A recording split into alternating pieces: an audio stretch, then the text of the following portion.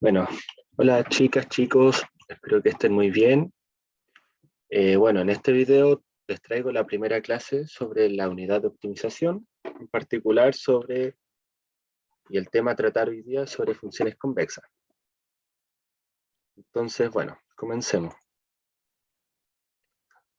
Para comenzar tenemos que definir primero qué es un conjunto convexo.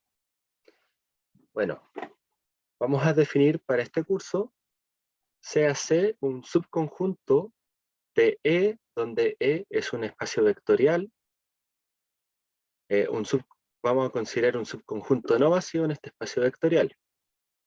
Diremos que este subconjunto es convexo si para todo par de puntos del conjunto y para todo lambda perteneciente entre 0 y 1 cerrado, lambda por x más 1 menos lambda por y pertenece al conjunto C. Esto de aquí es un caso particular de combinación lineal, ya que x e y son elementos de un espacio vectorial y lambda y 1 menos lambda son números reales. Esto quiere decir que esto es una combinación lineal, pero además es una combinación lineal donde ambos ponderadores suman 1, porque lambda más 1 menos lambda es 1. Y el significado de esta combinación lineal particular es que está tomando para distintos puntos de lambda, para distintos valores de lambda, está tomando distintos puntos que se encuentran en el segmento que une x con y. Esto quiere decir que un conjunto es convexo si para todo par de puntos el segmento que une esos puntos está contenido en el conjunto que es convexo, o bien lo que hemos escrito acá es que los puntos de ese segmento pertenecen al conjunto. Bueno, con esta idea en mente vamos a definir ahora lo que es una función convexa. Para ello, sea C, subconjunto de un espacio vectorial, un conjunto convexo, y sea f una función definida desde C a los números reales, una función. Diremos que f es una función convexa si para todo par de puntos perteneciente a la parte convexa del dominio, para todo lambda perteneciente al intervalo 0,1 cerrado, f de lambda x más 1 menos lambda y es menor o igual que lambda f de x más 1 menos lambda f de y. Esto en esencia, ¿qué quiere decir? Que la imagen de la combinación convexa es menor o igual que la combinación convexa de las imágenes. Y diremos que una función es estrictamente convexa si ocurre esto mismo, pero la desigualdad resulta ser estricta. Un ejemplo de que esto no es sinónimo es que una ecuación de la recta, por ejemplo, es convexa y podría ser quizás estrictamente convexa, pero resulta que en realidad al ser lineal alcanza esto en igualdad. Entonces ahí tenemos una función al tiro que es convexa, pero no estrictamente.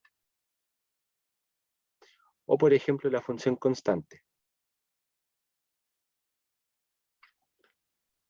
Esto nos lleva a definir lo siguiente. Como un objeto muy importante para caracterizar las funciones convexas es el epígrafo, que es el conjunto que va por sobre la curva de la función, o sobre el grafo de la función en contextos más generales. Entonces sean E y F dos espacios vectoriales normados, se conoce como el epígrafo de una función f que va desde el espacio vectorial normado E hacia el espacio vectorial normado f, al conjunto que vamos a denotar como epi de f, que corresponde a los pares x, y pertenecientes a E cruz f, al producto E cruz f, tales que f de x es menor o igual que y. Esto es decir, que en un punto x están todos los puntos x, y que son mayor o iguales que f de x, donde los y son mayor o iguales que f de x. Esto quiere decir que los puntos de este conjunto van por sobre el grafo de la función. Eso es sinónimo de epi. Epi sobre son sinónimos. Entonces aquí como comentario está la interpretación geométrica, que esencialmente nos dice lo que mencionaba antes, que el epígrafo corresponde a lo que va sobre el grafo de la función. Y resulta que cuando el epígrafo es un conjunto convexo, la función es convexa, la función respecto a la cual se toma el epígrafo. Entonces eso es un teorema que va a ser muy útil. Lo enunciamos a continuación. Una función f definida en un conjunto convexo, a los reales es convexa si, solo si, el epígrafo de esa función como subconjunto de E cruz R es un conjunto convexo. Y algunas propiedades elementales de las funciones son las siguientes. Si consideramos f y g, dos funciones definidas sobre un conjunto convexo C a valores reales, ambas son dos funciones convexas, entonces la suma de ellas es una función convexa. Y la ponderación escalar t por f es una función convexa cuando t es mayor estricto que 0. Aunque el caso de la igualdad resulta ser la función idénticamente 0, la cual es convexa. Y para el caso negativo, ahí podemos dar un contraejemplo también para que no se verifique esta propiedad. Entonces, podemos irnos a la segura y tomar este caso t mayor estricto que 0. Demostremos este teorema. Veamos que la suma de funciones convexas es una función convexa. Para ello, sean f y g dos funciones convexas sobre un conjunto convexo. Esto quiere decir que para todo par de puntos x e y, pertenecientes al dominio convexo C, y para todo lambda perteneciente entre 0 y 1 cerrado, la imagen de la combinación convexa de x con y es menor o igual que la combinación convexa de las imágenes de x e y, para f y para g, respectivamente. Y sabemos que la función suma se define punto a punto. Esto quiere decir que la función f más g de la combinación convexa es igual a f de la combinación convexa más g de la combinación convexa. Luego, por hipótesis, esto es menor o igual que la combinación convexa de las imágenes mediante f más la combinación convexa de las imágenes mediante g. Y si reagrupamos términos, esto es, factorizando con respecto a lambda y con respecto a 1 menos lambda respectivamente, nos queda esta igualdad de aquí. Esto es solo reordenar términos, donde tenemos lambda factor de f de x más g de x, lo cual define la función f más g evaluada en x. Y por su lado tenemos 1 menos lambda factor de f de y más g de y, lo cual es igual a f más g evaluada en y. Esto quiere decir que la función f más g resulta ser convexa en C, pues verifica la desigualdad. Para el producto escalar positivo, sea t mayor estricto que 0. Luego, la función f es convexa por hipótesis, o sea, verifica la desigualdad, donde la f de la combinación convexa es menor o igual que la combinación convexa de las imágenes de x e y. Si a esta desigualdad le multiplicamos t mayor estricto que 0, esto preserva la desigualdad. Entonces queda tf de la combinación convexa menor o igual que t por la combinación convexa de las imágenes, pero distribuyendo t, podemos tener la combinación convexa de las imágenes mediante tf. Por lo tanto, la función tf con t mayor estricto que 0 resulta ser convexa sobre C.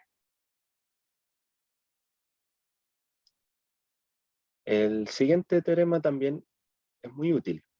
Se hace sub i un subconjunto de un espacio vectorial que define una colección de conjuntos convexos no disjuntos.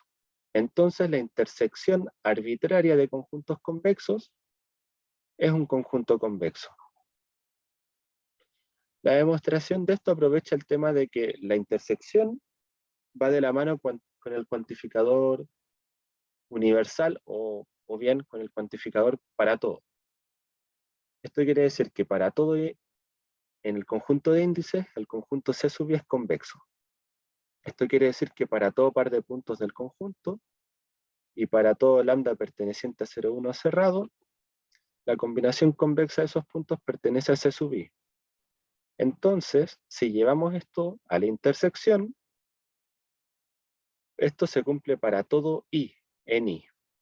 Entonces, para todo x e y que pertenece a la intersección, para todo lambda que pertenece al intervalo cerrado 0,1, resulta que la combinación convexa pertenece a la intersección, pues esto de aquí, la combinación convexa de x e y, va a pertenecer a cada c sub i, pues al estar en la intersección está en todo c sub i. Y como está en todo c sub i, está en la intersección de todos. Y así resulta que la intersección, acá hay un typo, falta el símbolo, que la intersección sobre i de los c sub i es un conjunto convexo. Y un resultado de esto es que si tenemos una familia arbitraria de funciones convexas definida sobre un conjunto convexo que llega a los reales, entonces la función h definida sobre este mismo conjunto C hacia los reales, dada por el supremo puntual. Esto quiere decir que para cada x se toma el supremo sobre f sobre los i's en i de f de i de x. Esta función resulta ser convexa. Esto quiere decir que punto a punto, en los x, tomamos la función que alcanza un valor más grande, de entre todas las que están en esta familia de funciones convexas. Y resulta que tomar la función más grande significa intersectar los epígrafos. Entonces podemos demostrar esto usando que, como f sub i es una colección de funciones convexas, entonces, para todo i en i, el epígrafo de esa función es como un conjunto convexo. Y podemos ver que el epígrafo de esta función h es la intersección de los epígrafos de las funciones que se ha tomado supremo. Y por el teorema anterior, tenemos que la intersección de conjuntos convexos es un conjunto convexo, por lo que el epígrafo de h es un conjunto convexo, y con eso se concluye que h es una función convexa. Ahora vamos a estudiar una clase particular de funciones convexas, que son las funciones convexas diferenciables. El siguiente teorema nos dirá que una función diferenciable es convexa si, solo si, es soportada por un hiperplano afín, donde un hiperplano afín no es más que un semiespacio afín dado por, o un espacio afín dado por el diferencial de la función en el punto. Bueno, el teorema es el siguiente. Consideremos la función f definida sobre un conjunto convexo, contenido en un espacio vectorial normado hacia los reales, una función diferenciable, donde C es un abierto convexo, ya que necesitamos que sea diferenciable en un abierto. Pero para hablar de funciones convexas tiene que estar definida en un conjunto convexo.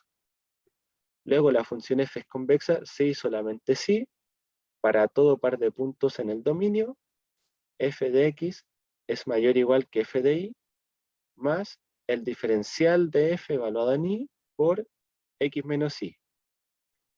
Respectivamente, f es estrictamente convexa si se cumple esta misma desigualdad, pero de manera estricta. Veamos la demostración. Suponiendo que f es una función convexa, es decir, que para todo x e y perteneciente a C, y para todo lambda perteneciente al intervalo 0,1 cerrado, sigue que f de la combinación convexa es menor o igual que la combinación convexa de las imágenes. Luego, al reordenar términos, sigue lo siguiente, donde al lado derecho juntamos todo lo que se pueda factorizar por lambda, esto es lambda factor de f de x menos f de y, y además se deja aparte f de y, el cual se pasa a la izquierda. Y la imagen de la combinación convexa, al interior de ella se hace lo mismo. Se deja y solo y se factoriza por lambda, quedando aquí y más lambda factor de x menos y. Esta desigualdad de acá se multiplica por 1 sobre lambda, donde lambda va a ser un valor real mayor estricto que 0, por lo que se mantiene la desigualdad. Y aquí se obtiene esta expresión de acá. Luego, tomando límite sobre lambda, tendiéndolo a 0, esto sería límite de lambda tendiendo a 0 por la derecha, pues lambda es mayor estricto que 0, tenemos la derivada direccional.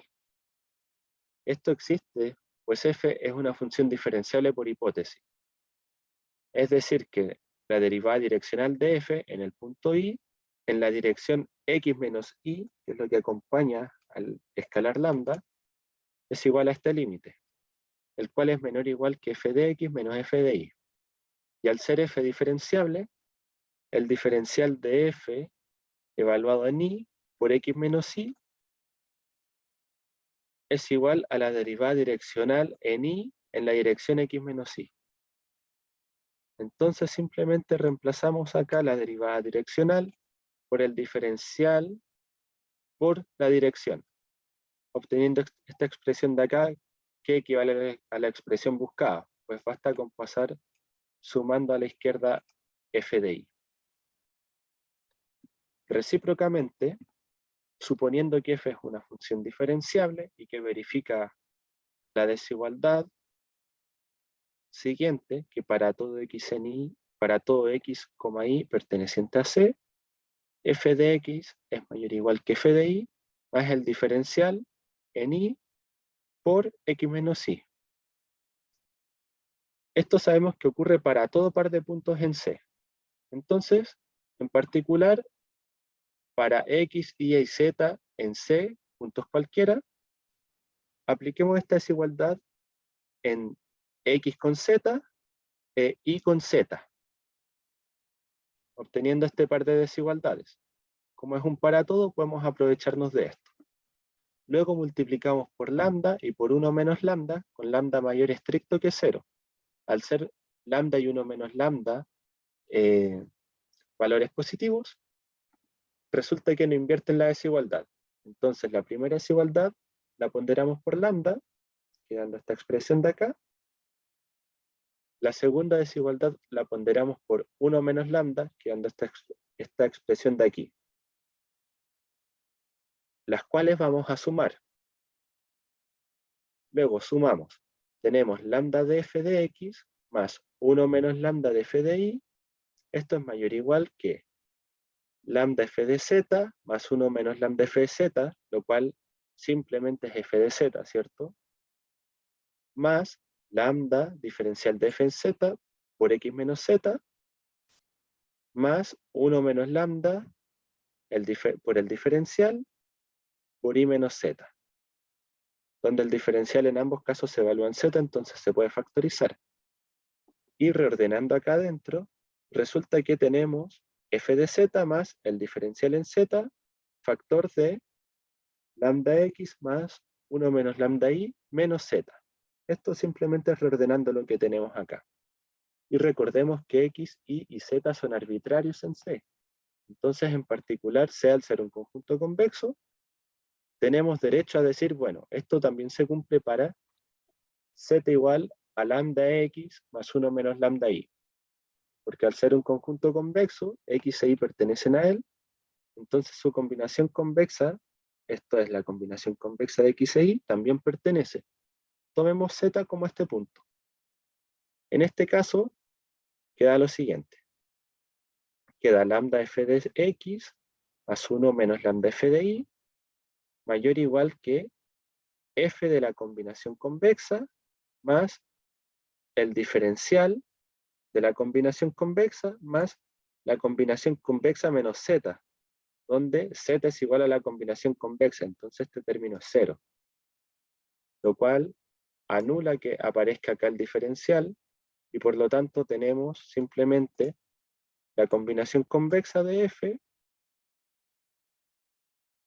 es mayor o igual que f de la combinación convexa, que es precisamente la desigualdad buscada que caracteriza cuando una función es convexa. Como comentario, esta desigualdad significa lo siguiente. Nos dice que hay un hiperplano afín, donde el hiperplano es esta traslación f de y más esta transformación lineal continua, que podemos pensar que es una especie de pendiente, por x menos y. Esto aquí es un hiperplano simplemente, que soporta la función f en el punto x, f de x.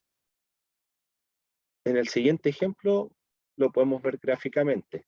Consideremos esta función x cuadrado más y cuadrado menos 2x por y, que tiene un hiperplano afín soportante del grafo de la función en los puntos x e y, tales que x igual a y. Esto se puede apreciar en la siguiente figura.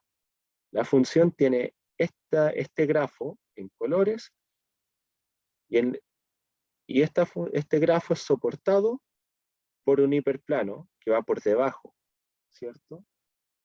En los puntos de esta recta aquí, donde x es igual a y. Entonces esto sería como en la diagonal del plano xy, que es el plano, el piso de donde está parada esta función. Si esta función pasase por cualquier otro punto, o estuviese trasladada, por ejemplo, siempre que todos los puntos tengan un hiperplano afín tangente, dado por el diferencial, la función es convexa. En todas las partes donde ese hiperplano va por debajo. Y eso es lo que dice esto de acá.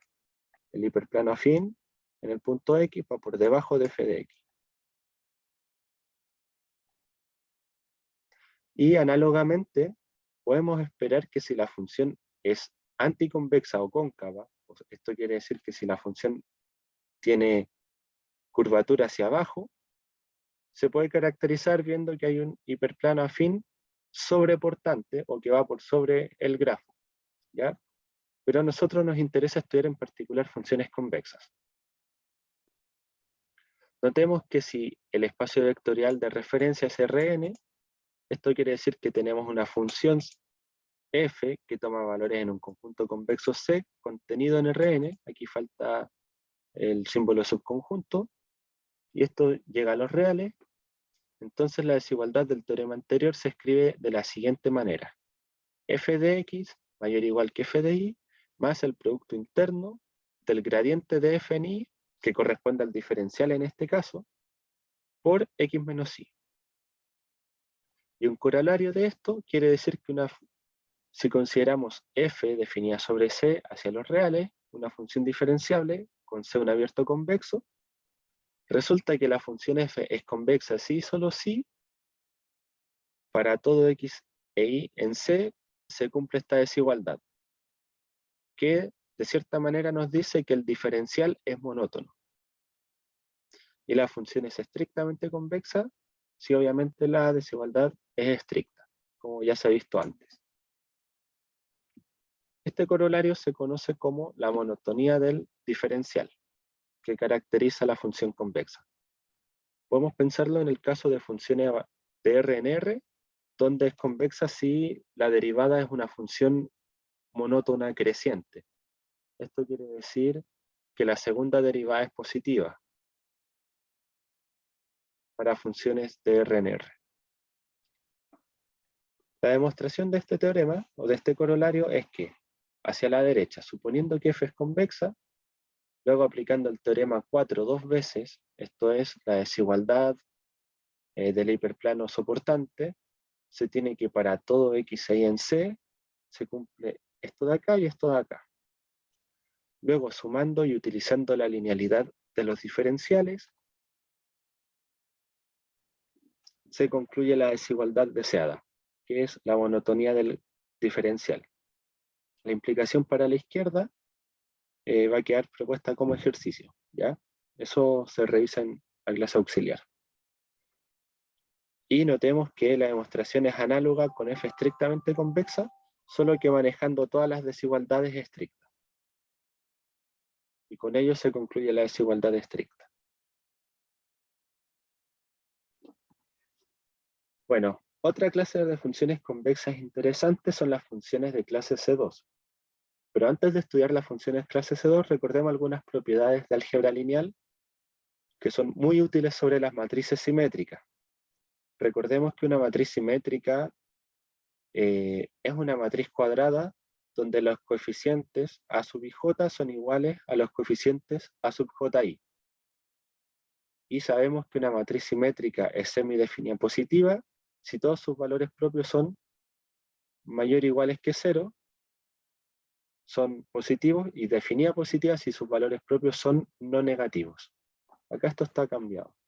Es semidefinida si son positivos o 0. Eso es semidefinida si son no negativos. Y es definida positiva si son estrictamente positivos. ¿Ya? Esto aquí está al revés.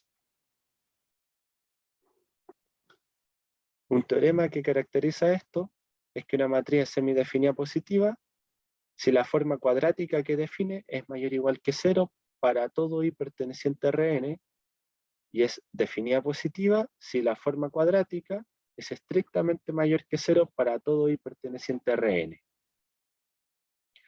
Por otro lado, ¿por qué nos interesa repasar esto? Bueno, resulta que una función definida sobre un conjunto de Rn hacia los reales es una función de clase C2, y por teorema de Schwarz,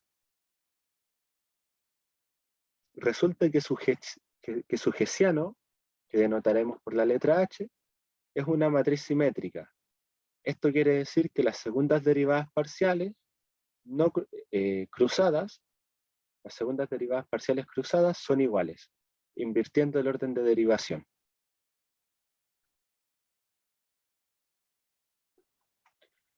Y bueno, resulta que también es posible caracterizar la convexidad de funciones clase C2, pero en este caso, no sobre un espacio vectorial cualquiera, sino que sobre Rn. Entonces podemos caracterizar las funciones de clase C2 para una función f definida sobre un conjunto convexo en Rn hacia los reales, esta función clase C2, donde C tiene que ser, además de convexo, un abierto. Bueno, resulta que equivale que f es convexa y que el hessiano es semidefinido positivo. Esto es que para todo y en Rn, la forma cuadrática que define el hessiano en el punto es mayor o igual que 0. Este teorema de acá se demostró en la clase auxiliar. Y bueno, eso es todo lo que hay que saber de funciones convexas para abordar la parte de optimización de este curso. De todos modos, en la clase auxiliar número 14 se va a ejercitar. En general, los ejercicios de esta materia es demostrar desigualdades y probar identidades usando los teoremas ya vistos, sacar más corolarios o verificar desigualdades para funciones específicas. Como recomendación, yo recomendaría que se repase un poco de álgebra lineal, sobre todo la parte de matrices, valores propios de matrices simétricas. Eso por temas de facilitar los cálculos, y ya que eso es útil para los problemas de optimización que vamos a ver más adelante. Así que eso, cualquier duda me escriben y nos estamos viendo en el siguiente video. Chao, chao.